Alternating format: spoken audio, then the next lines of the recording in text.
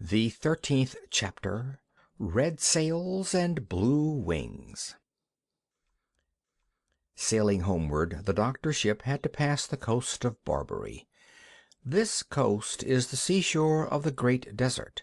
It is a wild, lonely place, all sand and stones, but it was here that the Barbary pirates lived. These pirates, a bad lot of men, used to wait for sailors to be shipwrecked on their shores, and often if they saw a boat passing they would come out in their fast-sailing ships and chase it.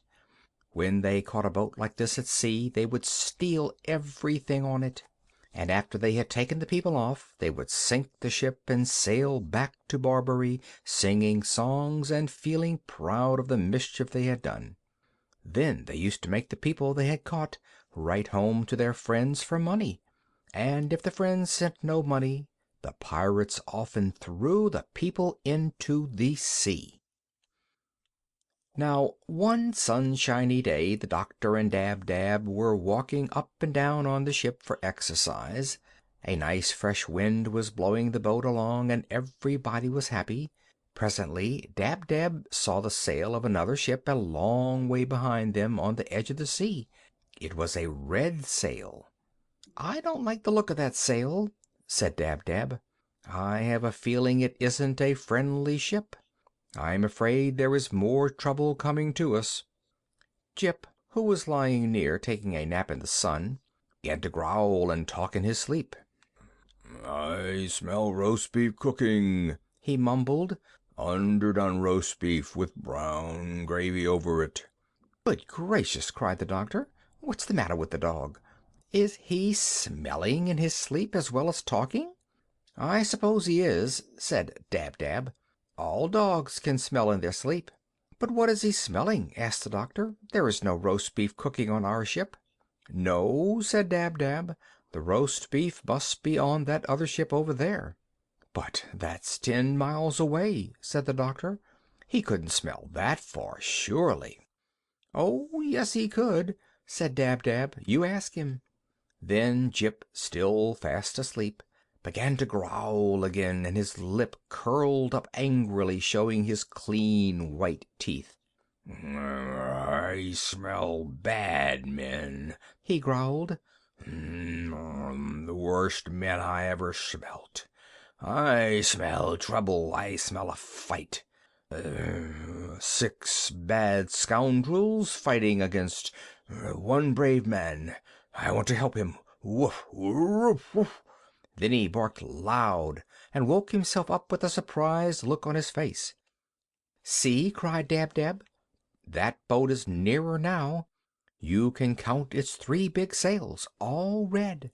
Whoever it is, they are coming after us. I wonder who they are." "They are bad sailors," said Jip, "and their ship is very swift. They are surely the pirates of Barbary." "Well, we must put up more sails on our boat," said the doctor, "so we can go faster and get away from them. Run downstairs, Jip, and fetch me all the sails you see." The dog hurried downstairs and dragged up every sail he could find. But even when these were all put up on the masts to catch the wind, the boat did not go nearly as fast as the pirates, which kept coming on behind, closer and closer. "This is a poor ship the Prince gave us," said Gub-Gub the pig. "The slowest he could find, I should think. Might as well try to win a race in a soup tureen as hope to get away from them in this old barge. Look how near they are now. You can see the mustaches on the faces of the men. 6 of them. Oh, what are we going to do?" Then the doctor asked Dab-Dab to fly up and tell the swallows that pirates were coming after them in a swift ship, and what should he do about it. When the swallows heard this, they all came down onto the doctor's ship, and they told him to unravel some pieces of long rope and make them into a lot of thin strings as quickly as he could. Then the ends of these strings were tied on to the front of the ship, and the swallows took hold of the strings with their feet and flew off, pulling the boat along. And although swallows are not very strong when only one or two are by themselves, it is different when there are a great lot of them together.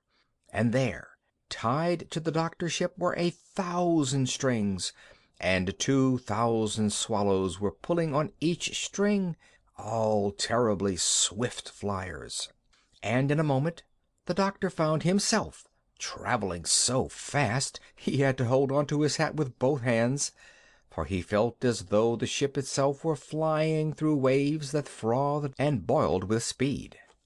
And all the animals on the ship began to laugh and dance about in the rushing air, for when they looked back at the pirate ship they could see that it was growing smaller now instead of bigger. The red sails were being left far, far behind. End of chapter 13.